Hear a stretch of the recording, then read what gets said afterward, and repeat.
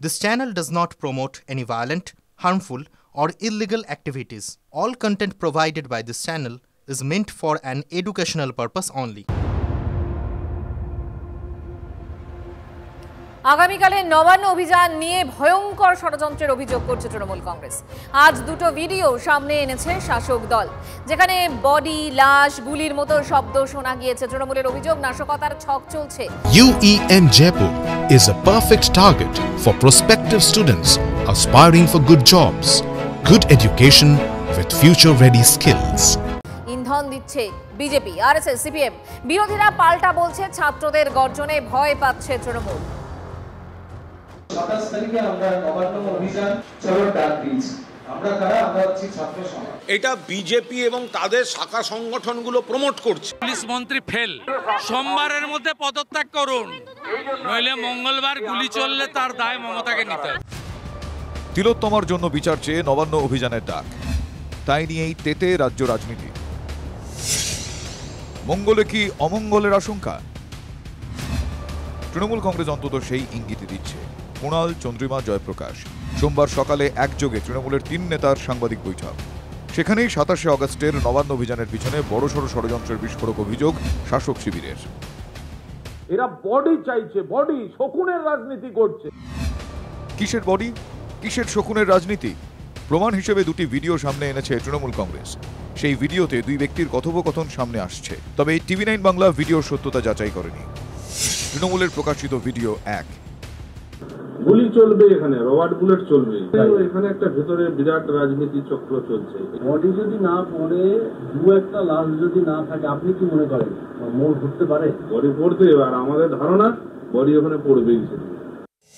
তৃণমূলের প্রকাশিত ভিডিও 2।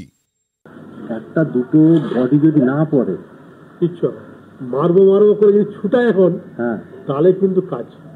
আপনি যখনই দেখবেন লোকগুলো যে পুলিশের গুলিতে একটা বডি পড়ে যাচ্ছে। তৃণমূলের প্রকাশ করা ভিডিওগুলোতে বডি, লাশ, গুলির মতো শব্দ বারবার ফিরে আসছে। ডেড বডি চাই, এরা আলোচনা করছে। নবান্ন অভিযানের আগে এই ভিডিওকে হাতিয়ার করেই তৃণমূলের বিস্ফোরণ। আমাদের আশঙ্কা, বাইরের রাজ্য থেকেও কিছু লোক বাংলায় নাশকতার জন্য ঢোকানোর চেষ্টা হতে পারে। পুলিশের ভুয়ো পোশাক এরা তৈরি করে নিজেরা কোনো গুলি চালানো বা এমন কোনো কিছু করা যাতে সরকার এবং পুলিশ সম্পর্কে ভুল ধারণা তৈরি হয়। কিন্তু উস্কানিমূলক, প্ররোচনামূলক বক্তব্য চলছে সোশ্যাল মিডিয়াতে, একাধিক ভিডিও হচ্ছে, সেই ভিডিওগুলো আমরা দেখছি। নবান্ন অভিযানের ডাক নিয়েও তৃণমূল পুলিশের একই সুর। নবান্ন অভিযান কোন রকমের কোনো অনুমতির দরখাস্ত করা হয়নি। উদ্যোক্তারা আমাদের কিচ্ছু জানাননি, ফর্মালি অ্যাপ্লাই করেননি। এটা বেআইনি, এটা করা যায় না। মঙ্গলবার পশ্চিমবঙ্গ ছাত্র সমাজের নবান্ন অভিযানকে নৈতিকভাবে সমর্থন করেছে বিজেপি।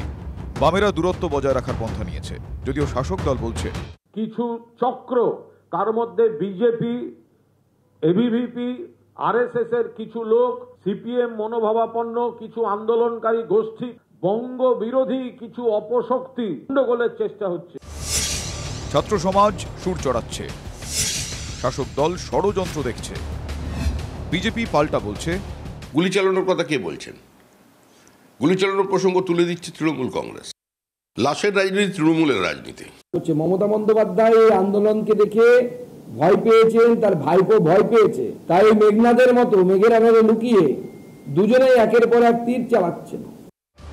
তিলোত্তমার হয়ে বিচার চেয়ে গত 18 দিন ধরে রাজপথে লাগাতার আন্দোলন চলছে।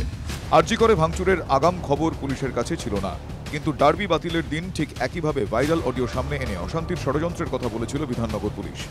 যদিও যুবভারতী অভিযানে বড় মাপের অশান্তি হয়নি, নবান্ন অভিযানের আগেও ফের ভাইরাল বিতর্ক। কোন পথে হাঁটবে মঙ্গলের নবান্ন অভিযান, সেটাই লাখ টাকার প্রশ্ন। Bureau report, TV9 Bangla.